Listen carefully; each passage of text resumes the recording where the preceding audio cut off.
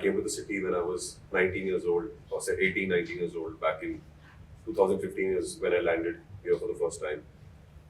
And I started off my career doing television. I did like 3, 4 TV series. And then I thought of taking a sabbatical from TV and then thought of getting into films. I thought, why not dream big? Let's try to see if it happens or not. And gave myself a little bit of liberty and some courage came out of nowhere. And I said, okay, enough with the TV. Let's try getting into films.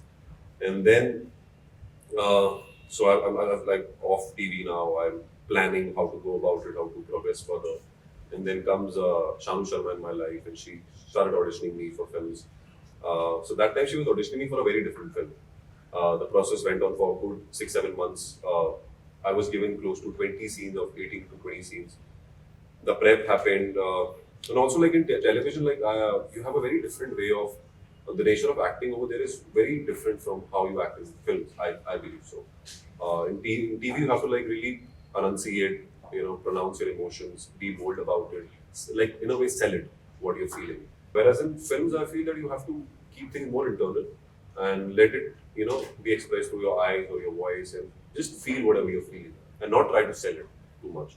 So that transition also, like she helped me a lot with that, Shanu. So that took some time and it took me like good 5, 6 months to transition myself from this kind of actor to that kind of actor. So it had to like really be worked upon. And then Dharma happened over the course of time, after like chains of auditions.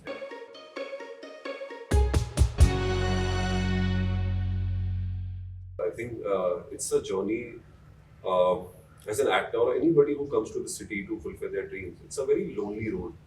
They can only support you and be a cheerleader from a distance. Nobody's in the same journey as you are. It's your own battle, it's your personal battle. Of course, like parents were supportive, they were scared also because it's an unknown territory for them.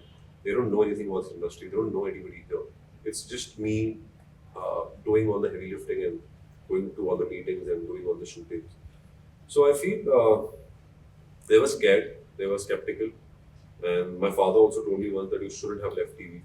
You should have, just because I told him just before leaving TV, I called him up and I said that, there's this show that is happening and they're willing to pay me this much money.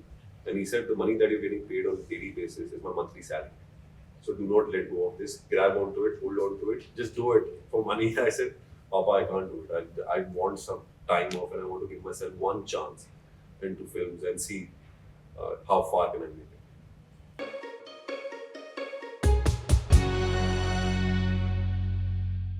If you start blaming yourself for everything that is happening to you, then sooner or later you'll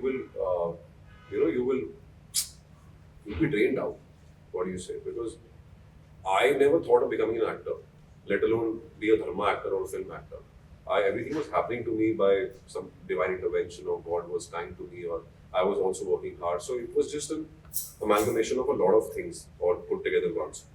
So I feel now I have been working for the last 6 years, and now Dharma has happened. So there must be something correct that I'm doing with my life. So I was holding on to those correct things that I had done. That I was just not willing to give up for some reason. I felt that I have to like really support myself. I have to be the biggest cheerleader of myself if nobody else is. Because this is the time where like there's a saying that instead of saying why me, say try me. So I got into that mindset. It's probably my testing phase. Some were enjoying it that I didn't make it, because how people really enjoy when you don't make it, when you are not successful. When you reach there, you show, like, people were aware of the fact that I was a part of Dharma. I was part of Dharma, and then Dostana was happening. And now they got to know it's not happening. So few of them were really happy that it's not happening. But people who loved me and who cared about me, they were genuinely upset.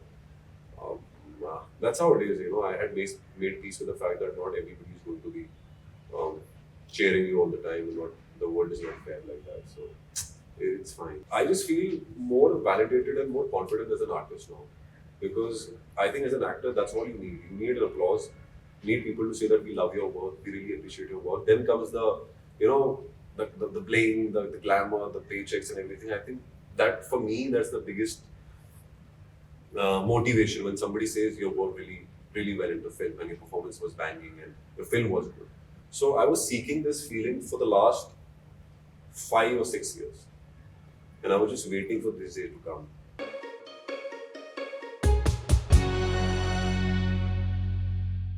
To be honest, I was 20 years old and I was willing to take that risk. And also, people around me, I was just blessed enough to meet the right kind of people. Meet my co-actors, the kind of I was doing a show that time for Star Plus, I think. Uh, uh, no, why Horus was on Sony. I just because I was doing a show for Star Plus called Pardes, Mera. So on that show only, I got a sense of people around me. They were very supportive of my co-actors, very supportive. And they should say things like, you're meant for bigger things. Why don't you like try the movies and all? And I said, I pray.